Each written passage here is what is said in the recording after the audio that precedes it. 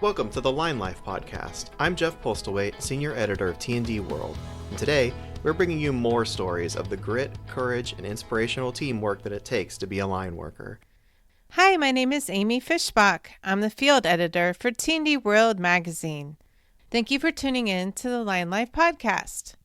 Welcome to part 3 of our International Lineman's Rodeo Week series. For part 1, we explored the Safety and Training Conference at the Overland Park Convention Center, and we featured some of the highlights with interviews with some of the speakers. For part 2, we looked at the International Lineman's Expo, which had a record number of exhibitors who all showcased tools, technologies, products, and services for the line trade. For part 3, we're looking at 2 other very special parts of International Lineman's Rodeo Week, the Lineman's Trade Night and BBQ, and also the big event, the International Lineman's Rodeo. This year was the 40th year of the Lineman's Rodeo, and we'll hear the voices of the competitors and the supporters. But first, you'll get to hear the voices of the line workers who talk about the designs of their t-shirts at the Trade Night. The night before the International Lineman's Rodeo, line workers and their families line up outside the Overland Park Convention Center for the annual barbecue and trade night. This is a very special time for line workers as they get to come into the Overland Park Convention Center, set up their tables, and swap everything from t-shirts, caps, stickers, infant onesies, jewelry, and more. Each one of the t-shirts has a special story behind it. They often work for months at a time to have a special design for their shirts that will really captivate the other line workers and want them to trade. Now here are some of the stories behind the t-shirts. First, you'll hear from Tom Jeffers, journeyman lineman, about one of my favorite shirts of the night, which was called Inject the Venom. Well, we're from Arizona. We work in the desert, a lot of rattlesnakes, and we hot stick pretty much most of our primary. And so I just got the concept of having a guy up, a nice Arizona morning, a rattlesnake on the pole, and just stick in the center phase, and it's an inspiration from the AC/DC song, Inject the Venom. So that's basically where I got the Inject the Venom from. Next, you'll hear from Chana Cochran and Chris Halub from Mass Electric Construction Company. We're from Mass Electric. We're one of the sponsors of the rodeo this year. We sponsored the registration booth. This was our design. I went through one of our vendors and worked with them through a couple of renditions to get the electrified look on the binds for it. We are participating in the trade show, a handful of them this year, but they are limited runs. We only had 200 of them made. Yep, absolutely. She did a great job and fantastic looking shirt. Come grab it. For the next shirt, you'll hear about one from the Navajo Tribal Utility Authority from Benjamin Charlie, who will be on a longer episode of the Line Life podcast in the future.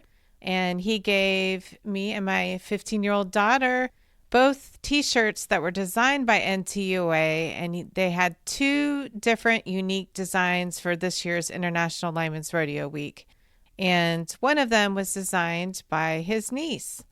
So here he is talking about his International Lineman's Rodeo shirts. Good afternoon. My name is Benjamin Charlie from NTUA, Northern Arizona, Navajo Nation. So we just kind of came up with the shirt, which is good.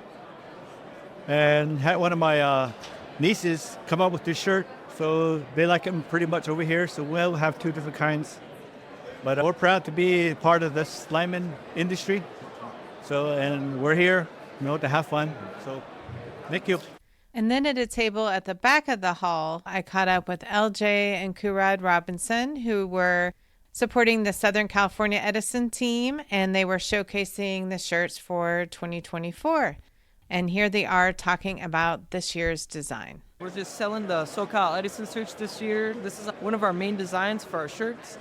Just trying to get the brand out there with all the logos. We have the American flag, so just good merchandise. So a lot of the shirts at International Lineman's Rodeo Trade Nights are often long sleeve black shirts, but there were a few really brightly colored ones that caught my attention, and one of those was from Salt River Project.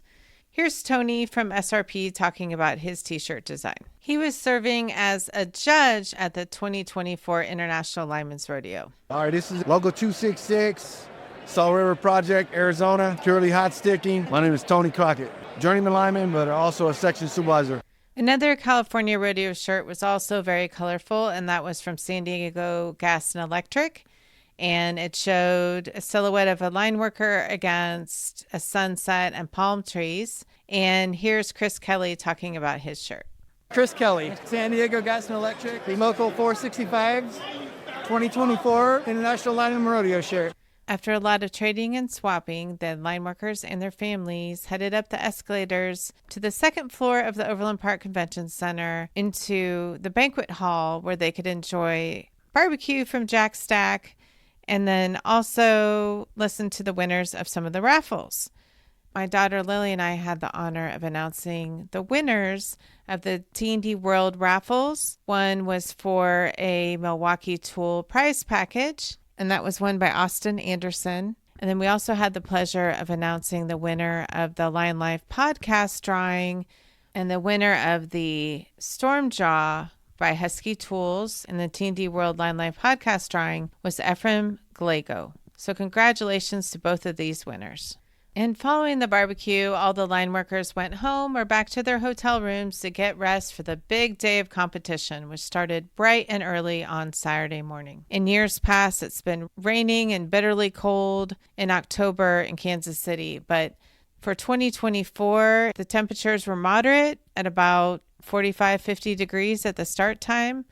And we're going to begin this segment of the episode with the opening ceremony, which is one of my favorite parts of the event, where you get to hear the national anthem, and then they raise the Canadian and U.S. flags, and then they do a moment of silence for all of those who have been lost and praying for a safe event.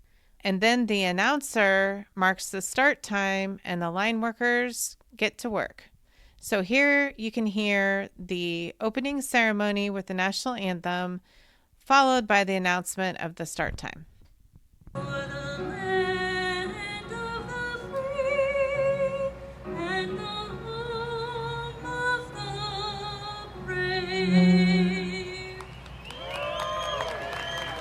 Lori Martin here, guys. Thank you, Lori. Beautiful job.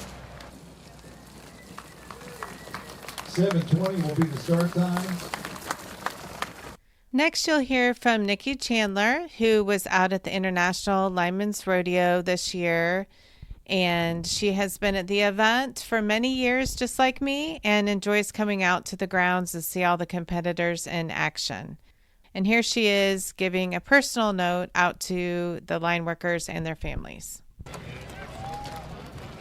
Hi, I'm Nikki Chandler. I'm editorial director for T&D World, and welcome to the Lineman's Rodeo. This year we've been blessed with wonderful weather. Great turnout this year. Despite all the storms that we've had, our prayers and thoughts go out to the linemen that are still working on rebuilding down in the south. But a lot of the guys are back from storm duty, so we're glad they're out here. Once again, thanks for being here, and we look forward to you guys having a great year and being back next year. In order for the International Lineman's Rodeo Week to be a success, it takes an army of volunteers, just tons of judges and safety observers to make sure that everything runs smoothly. I caught up with Rustin Owen, who was a competitor and now serves on the International Lineman Rodeo Safety and Training Committee, and he was a safety observer at the International Lineman's Rodeo. Here he is talking about the competition and the safety of the competitors. Well, hello from the International Lineman's Rodeo. I'm Russ Owen. I'm out here for the safety of the event. So far, it's been a great day. The sun's out. It's great. No injuries. Everybody's running through the lines. Over 1,000 competitors, and it's been safe, and that's always the goal, is for it to be safe. And every year on our T&D World website at tdworld.com, we always feature pictures of the journeyman teams, and the journeyman line workers must compete in teams of 3. And you can see this photo gallery online on our website. But I also shot a couple of videos and captured some audio of the competitors in line waiting for the events. And here are some of the competitors that I talked to during the day of the International Lineman's Rodeo out in Bonner Springs. I'm Jeff Stiff with Oklahoma Gas and Electric. This is our second year for our team to be up here. It's a lot of fun. The weather's beautiful out here. It's fun to see all different competitors, different locations. It's fun to kind of interact with everyone, learn how different people do different things. A lot of fun. It's a good time. Family event. The wives will be out here. Everybody's having a good time. We're looking forward to the banquet tonight. Hopefully we can walk the stage. George Jimenez, LADWP. We've got Anthony Vaughn and Tommy Cravier. here participating in the International Rodeo Lineman, and we're going to do great again. Another fun year with us. Hi there, my name is Chad Williams. I'm a journeyman powerline technician, IBW 2034. We're working for Manitoba Hydro, and it's going to be a great day here. Love the rodeo. Matt Lake, he's my other climber here, and then Jared Flammans, our groundman. My name's Julian Ruiz. I'm with National Grid. Feeling pretty good today. We're out of Quincy, Massachusetts, and looking forward to it. Okay, my name's Danny Cash with Centerpoint Energy. Got Marcus Schexnayr and Billy Lindquist out here. Feeling good this morning. Tate King, here competing with my brothers Jordan and Keith. My dad was a lineman also. Is he proud to have you guys all in the trade? I think so. I think he is. That's perfect. And how do you feel about being out here? Do you guys practice a lot together? Yeah, we work together a lot. We go through practice, try to get ready for the rodeo. So. Perfect. So it's a family tradition. Yeah. Well, good luck today, guys. Thank you. Next, we're going to hear from one of the many exhibitors at the International Lineman's Rodeo. In addition to having booths at the Overland Park Convention Center, the exhibitors could also opt to have their outdoor booth at the International Lineman's Rodeo grounds, so line workers and their families in their spare time could talk with the vendors at the International Lineman's Rodeo. Here's one of them talking about what it means for him to be out at the International Lineman's Rodeo. Hi, I'm Ben Comer. I'm one of the co-founders and co-inventors of Simple Strap, and we're here at the 40th Annual Lineman's Rodeo in Overland Park, Kansas. And I'm so happy to be here. It's one of those things that once you learn what the linemen do, keeping the energy on, they are invaluable to America. So thanks for having us here, and keep it going. For our final segment, we're going to focus on line workers' loved ones, because the Lineman's Rodeo is all about not only the linemen climbing the poles, but also their families cheering them on at the sidelines. And the line kids can not only have fun in the children's area, where they can do everything from operate a mini bucket truck, to throw basketballs, to run through inflatables, but this year they had something very special that they could be a part of, which is the first kids rodeo. So this was organized by the Missouri Valley JATC in partnership with Buckingham, and it took place right on the rodeo grounds. And the children were able to compete in 2 different age groups. On this podcast episode, I'd like to give a shout out to the 2 winners, Kessler Hilson in the 8 to 10-year-old age group, First Step Apprentices, and Jake Milhone in the 11 to 13-year-old age group, Future Lineman. Both of these winners were recognized at the International Lineman's Rodeo Awards Banquet, and they received engraved championship belts just like the top journeymen and apprentices get at the International Lineman's Rodeo, along with the trophies. And here is one of the competitors talking about the experience of competing in the very first kids rodeo. Hi, I'm Maya. I'm 11. I competed in the kids lineman journey, and my dad's a lineman at Everdream. It was fun. I was a bit nervous to do it. Congratulations to all the winners of the International Lineman's Rodeo. To see a list of the winners across all the divisions, you can go to the website of the International Lineman's Rodeo. And for more rodeo coverage, make sure you read our December print issue, which will feature a rodeo roundup and an overview of the rodeo week, along with profiles of 2 of the competitors in our Faces of the Future department, which highlights apprentices, and our line worker focus department, which spotlights journeyman line workers. So look for those articles online and in our print magazine. And thank you again for listening to the Line Life Podcast. This episode of the Line Life Podcast was written, recorded, and edited by Amy Fishbach. It was produced by Jeff Postlewaite. That's me. To listen to past episodes, visit www.tdworld.com/podcasts or find us at Podbean. You could also drop us a voice memo or message at linelifepodcast@gmail.com with your comments on this episode. We'd love to hear from you.